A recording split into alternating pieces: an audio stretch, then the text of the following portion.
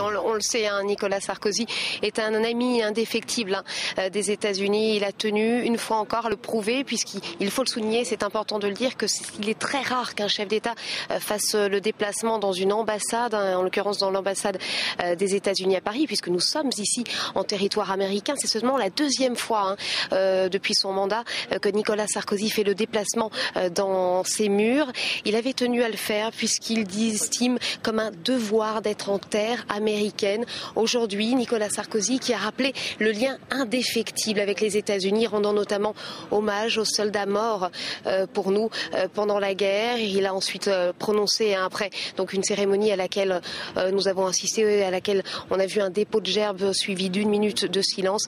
Nicolas Sarkozy qui a prononcé donc un vibrant hommage aux 3000 victimes. Je vous propose d'en écouter un extrait.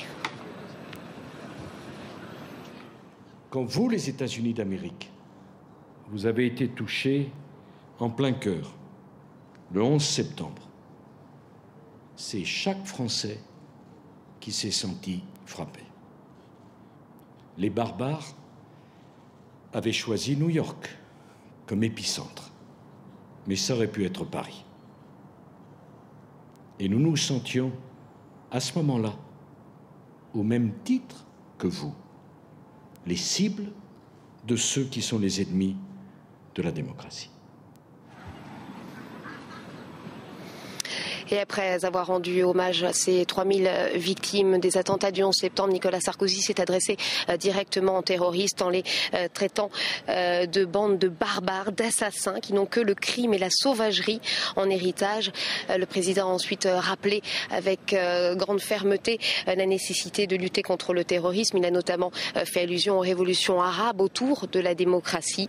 La France sera toujours aux côtés des États-Unis, a rappelé le président, qui a déclaré être fier d'avoir été le président qui a fait revenir la France dans le commandement de l'OTAN. À noter également que Nicolas Sarkozy sera en personne à New York le 21 et le 22 septembre à l'occasion de l'Assemblée générale de l'ONU, et il reviendra sur ces attentats du 11 septembre lors d'un anniversaire à la Statue de la Liberté.